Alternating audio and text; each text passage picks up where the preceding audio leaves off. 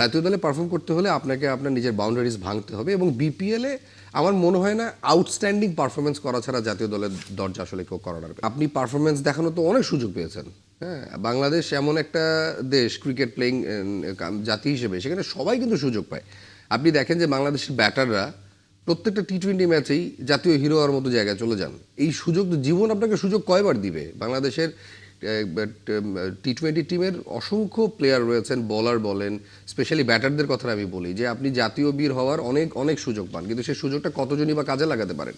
So সেই জায়গা থেকে আমি মনে করি আপনি যে সুযোগের কথা বলছিলেন যে তাদের জন্য কম হয়ে গেল কিনা, আমি মনে করি না, এই কম এটা হয়নি।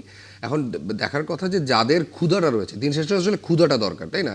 এখন আমার যদি টার্গেট থাকে আমি বিপিএলে 40 লাখ টাকা পেয়েছি, আমার এর আগে আমার যে ছোট আমাদের এনসিএল টি-20 ভার্সন সেখানে আমি এত টাকা পেয়েছি, আমার বছর শেষে 60-70 লাখ টাকা হয়ে গেছে, আমার আর ভাই এই বছর টাকা লাগবে না।